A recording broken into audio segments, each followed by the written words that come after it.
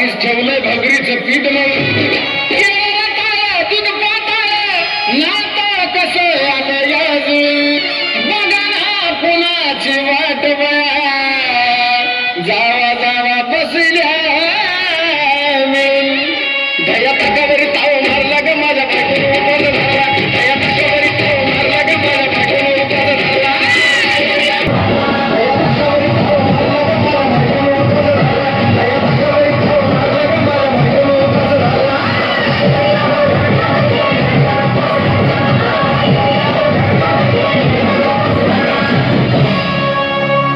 चिमणी बेपस पापड्या करून घेतल्या कुरकुरीत शेवण्याच्या कुटात मिरची टाकून शाबू केलायचं